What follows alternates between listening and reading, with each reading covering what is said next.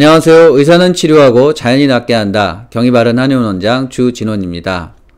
공황 발작을 일으키는 병은 공황 장애뿐만 아니라 여러 가지가 있습니다. 그리고 이인증 역시 단독으로 오기도 하지만 여러 가지 병과 함께 섞여서 오기도 합니다.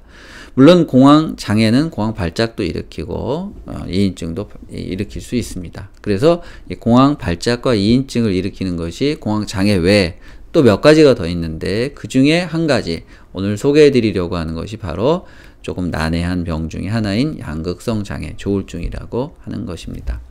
자, 이 조울증이라고 하는 것은 진단부터 상당히 난해한 점들이 좀 있습니다. 왜냐하면 연구에 의하면 이 양극성 장애로 진단되기까지 증상이 나타나서 진단까지 걸리는 기간이 한 15년 정도, 10년 이상, 최소한 수년이 걸리는 것이죠. 그 기간 동안에 개인과 사회는 많은 비용을 이제 발생시키게 되는 것이죠. 굉장히 개인적으로도 힘든 시간이 되겠고요. 그러다 보니까 일단 치료가 늦어지게 돼서 굉장히 힘든 시간들이 되겠고요.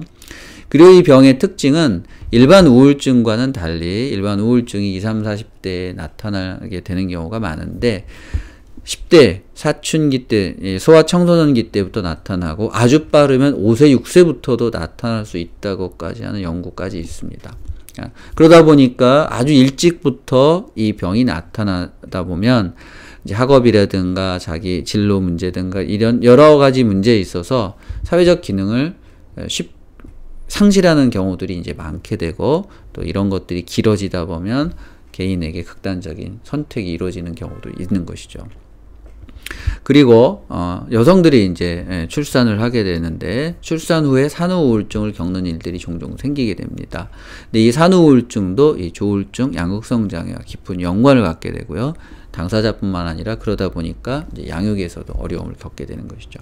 그래서 이 양극성 장애라고 하는 것은 공황 발작도 일으키고 또 이인증도 일으키지만 공황 장애도 아닌 것이고 또 우울증도 아닌 이제 그런 병이 되겠습니다. 자, 일단 양극성 장애라고 하는 것을 간단하게 설명을 드리면 양쪽의 극단의 감정이 번갈아 가면서 나타난다라는 것입니다. 즉 양쪽의 극단적인 감정, 이제 우울증 상태라고 하는데 그것을 저는 이제 절망이라고 표현하고 싶습니다. 무기력과 무의욕, 좌절감을 느끼게 되기 때문에 그 상태가 이제 수년간 반복이 되는 것이 되겠고요. 또 조증의 상태의 어떤 감정, 극단적인 감정이 뭐냐라고 하면 저는 이제 환희라고 이야기를 드리고 싶은데요. 이유를 알 수 없는 행복감, 또 비상감, 또 근거 없는 자신감 이런 것들이 나타나게 돼서 자기가 뭔가 된 것 같고 할 것 같고 그래서 굉장히 그 매력적인 사람으로 보이지만 이것이 지나치게 되면 망상과 환각의 단계로 발전을 하게 되는 것이죠.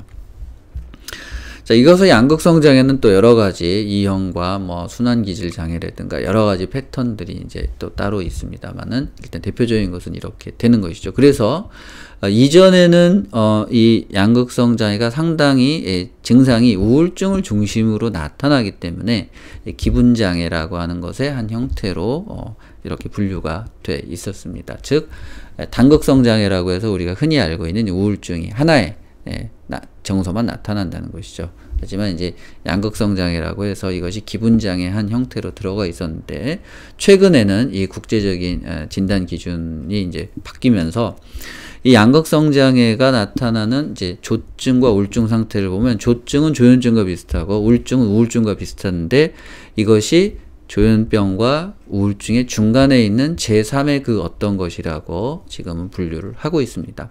왜냐하면 우울증을 치료하다가 일부에서 조증이 생기게 되는데 처음에는 이것이 약물에 의한 어떤 부작용이라고 생각을 했지만 그것이 아니라 연구를 하는 과정에서 새로운 병이다라는 것이 되겠죠. 그래서 이것은 기분장애한 형태도 아니고 아주 새로운 형태의 제3의 병이라고 최근에는 이해를 하고 있습니다.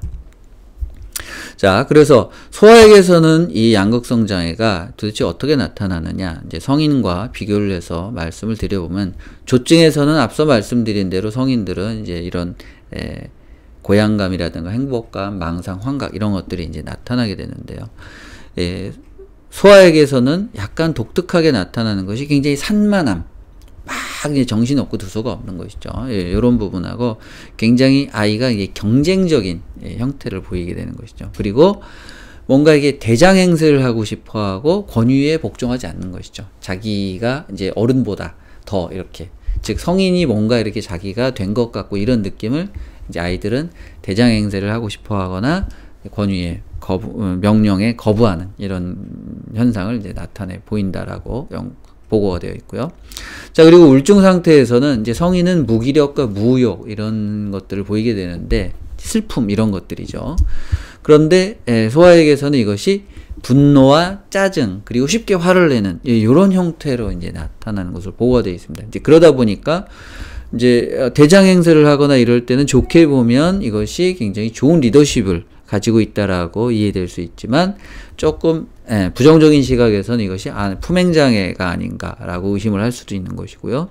그리고 쉽게 화를 내고 분노를 하게 되면 이 아이가 혹시 분노 조절 장애가 있는 것이 아닌가라고 생각을 하게 될 수도 있습니다. 자, 그러다 보니까 이 소아에게서의 양극성 장애는 산만한 것이 주로 나타나는 이 과잉행동 증후군이라든가 또 분노와 짜증이 나타나게 되는 분노 조절 장애의 증상의 연속성이 나타나기 때문에 이 두 가지랑 비교를 해서 구분을 할 필요가 있다는 것이죠. 즉 성인의 양극성 장애가 조현병과 우울증 사이에 있는 그 어떤 것이라는 것처럼 소아에게서도 소아의 양극성 장애는 이 과잉행동증후군과 분노조절장애 그 중간쯤에 있는 그 어떤 것이 될 수 있겠습니다.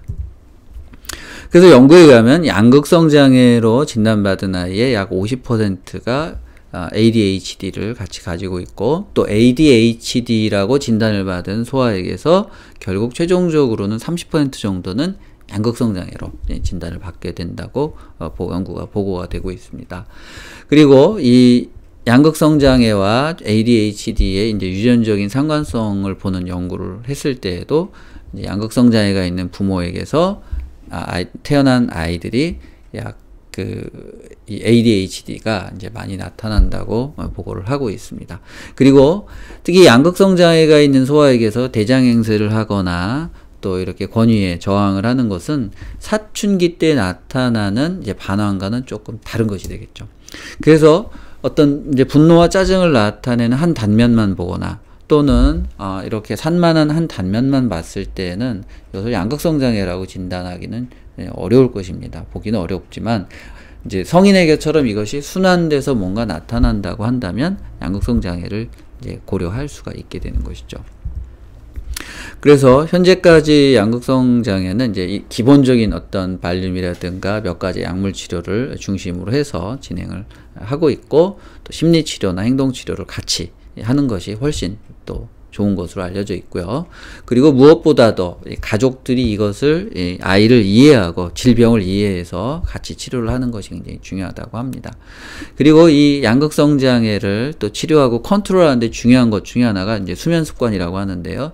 수면을 일정하게 가져가는 것이 굉장히 중요한 것으로 되어 있습니다. 왜냐하면 조증일 때는 잠이 잘 안 오고 잠을 잘 안 자려고 하고, 그리고 잠을 안 자도 잘 피곤함을 못 느끼는 이제 그런 상태가 나타나고, 우울증일 때는 이제 자꾸 잠을 자려고 하는 것이죠. 그래서 이것을 수면 시간을 일정하게 가져가게 되면 이제 양극성 장애의 증상이 이제 컨트롤 되는데 굉장히 용이한 것으로 알려져 있는데요.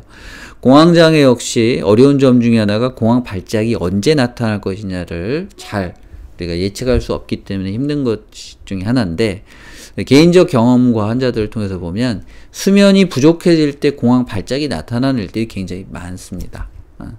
그래서 제가 치료할 때도 수면을 일정하게 가져갈 수 있도록 굉장히 이제 많이 이야기를 드리는데요. 이 양극성 장애에서도 소아들인 경우에 성인도 마찬가지지만 수면을 일정하게 가져갈 수 있도록 가족들이 협조를 하고 도와주는 것은 굉장히 중요한 일이 될 것입니다. 자, 한방에서는 이 양극성 장애를 이제 어떻게 보게 되냐면요. 간기울결이라고 하는 병리와 소양인 방광경조라고 하는 병리로 이제 보게 되는데요. 자, 간이라고 하는 것은 단순히 현대의학에서만 하는 리버를 말하는 것이 아닙니다. 자, 간이라고 하는 것은 이제 목 기운을 가지고 있는 장기라고 해서 기를 이렇게 올려주는 역할을 하게 되는데, 이것이 올라가지 못하고 눌려 있다는 것이죠. 그리고 이것은 또 간의 경락은 생식기와도 깊은 관련을 가지고 있습니다. 그래서 자기의 어떤 그 기의 순환과 자기의 의사와 감정이 편안하게 표현되고 분출되지 못하기 때문에 이것이 성급인호, 성격이 급해지고 쉽게 화를 낸다라고 이야기를 하고, 또 잠을 잘 안 자게 되고 이제 자꾸 꿈을 꾸게 된다거나 옆구리가 아파하거나, 그리고 밥을 먹지 않거나 밥을 먹지 않아도 뭐 이렇게 막 힘들어하거나 이제 그렇지 않은 현상들이 나타나게 되죠. 그리고 여성들은 이제 생리통이 나타나거나 또 조증에서 이렇게 성적인 이제 항진이 나타나게 되는데, 이제 이런 것들도 역시 간기울결과 상당한 유사성을 가지고 있습니다. 한방에서는 이제 치료할 때 체질의 일원에 따라서 치료를 하게 되는데, 몸에 열이 있는 사람, 이제 없는 사람, 이렇게 나누는 경우가 많죠. 이 몸에 열이 있는 사람을 이제 소양인이라고 이야기를 하게 되는데요. 이제 그 소양인의 여러 가지 병리 중에 방광경조라고 하는 병리가 있습니다. 자, 이 방광경조의 병리가 이제 있을 때는 뭐 ADHD라든가 또 목류병, 또 악몽, 또 틱장애나 불안장애, 심하면 이제 공황장애도 나타날 수 있는 것으로 사례들이 많이 보고가 되어 있습니다. 그래서 이 대부분 이 간기울결과 소양인의 방광경조라고 하는 것의 공통점은 이제 몸에 생기는 화기운을 어떻게 처리하고 기 순환을 어떻게 잘 시켜줄 것이냐라고 하는 것이 되겠습니다. 그래서 여러분들이 이제 혹시 뭐 이런 공황 발작이 있거나 공황 장애가 생기거나 또는 이인증이 있을 때 이것이 단순하게 이인증이나 공황 장애만 있다면 뭐 크게 어려운 것이 없겠지만, 또 이 외에도 다른 이런 양극성 장애 같은 것들이 또 있고 자꾸 반복이 된다면 여러분들께서 전문의와 좀 더 전문가와 상담을 하시고 또 진찰을 의뢰하셔서 여러분들께서 치료를 하시는데 또 지연됨이 없이 치료가 잘 이루어질 수 있었으면 좋겠습니다. 제가 오늘 준비한 정보가 여러분들에게 조금이라도 도움이 되셨기를 바라겠습니다. 감사합니다.